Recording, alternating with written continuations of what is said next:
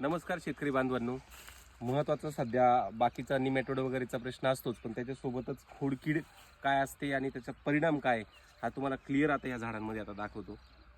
सतीश नानांच्या प्लॉटवरती आम्ही आहोत. आता बघा सगळं मॅनेजमेंट एकदम व्यवस्थित आहे, पण आता हे झाड जर तुम्ही बघितलं ना, आता झाड एकदम व्यवस्थित आहे बरोबर, पण या झाडाची ही फांदी सर दाखवा म्हटले सर, ही झाडाची फांदी आहे, हीच फांदी वाढली, तशीच ह्या झाडाची एक फांदी, या झाडाची एक फांदी वाढली. आता तुम्हाला दाखवतो इथं होल पडलंय बरोबर, आणि हे होल पडल्याच्या नंतर बघा आम्ही ज्यावेळेस ही फांदी हे केली तर बघा ही खोडकीड जी आहे ना ती वरतीपर्यंत पोहोचली आहे बरोबर. याचा उपाय पण तुम्हाला सांगणार आहे. तसंच आता याच्यात पण हा पूर्ण झाड एकदम व्यवस्थित आहे बरोबर, पण ही फांदी वाळली आहे बरोबर.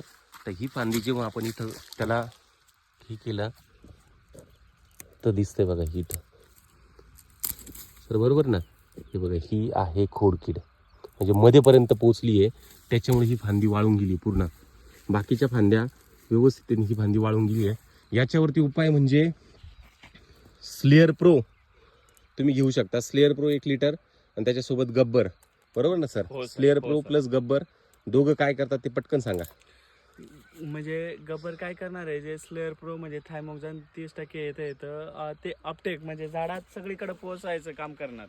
म्हणजे झाडात सगळीकडे गेलं तर यांनी काय होणार आहे, स्लेअर प्रोने झाडातून कडू होत आहे, म्हणजे कीड जास्त इन्फेक्शन करणार नाही, याला झाडाला नुकसान करणार नाही. मग त्या हिशोबाने एकदा जरी केलं किंवा 2 महिन्यात ड्रेंचिंग करू शकतो आपण. जर असे काही असेल तर त्याला ड्रेंचिंग करा, बाकीच्याला तुम्ही डायरेक्टली हे करा. चालेल, धन्यवाद.